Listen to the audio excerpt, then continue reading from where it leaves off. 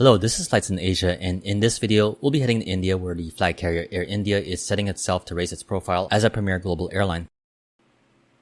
As part of these plans, the India-based airline is planning to boost its cargo capacity within the next 5 years by around 300%. In a recent update on its website, Air India has unveiled its plans to become a major player in the freight and cargo ecosystem in India and globally, boosting the efforts of the country's government and the airline to transform India into a global cargo hub. Supporting the Indian government's initiatives to raise the cargo capacity within India, the role the airline would be playing would be to develop an efficient air cargo supply chain accelerating exports from India.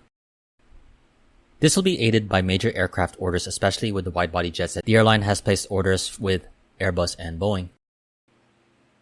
In a statement, Air India CEO Campbell Wilson highlighted the goals of this initiative, saying, quote, "At Air India, we see a huge potential in the air cargo industry, which the Indian government plans to grow to 10 million tons by 2030.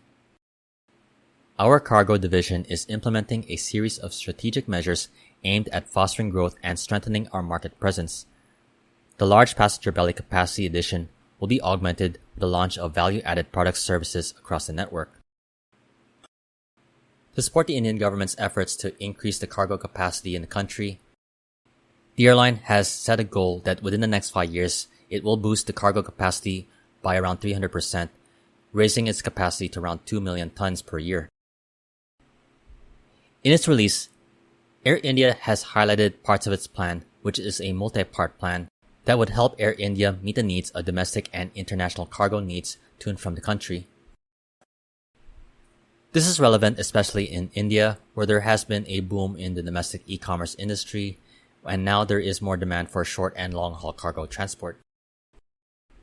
Along with being a passenger airline, Air India currently offers cargo services to 38 domestic and 40 international points, and in the future, the airline is looking to make future investments in airports logistics for the carrier and the integration of technology to enhance its cargo handling and customer service. Air India is also looking to develop its network and partnership with freight handlers, including trucking companies, and this will go beyond Indian cities of Delhi, Mumbai, and Bengaluru. As mentioned before, the added capacity on Air India flights for cargo will come from the new aircraft orders. Of the nearly 500 aircraft on order with Boeing and Airbus, around 70 are widebody aircraft, including 40 Airbus A350s, and 20 Boeing 787 Dreamliners, and 10 777Xs.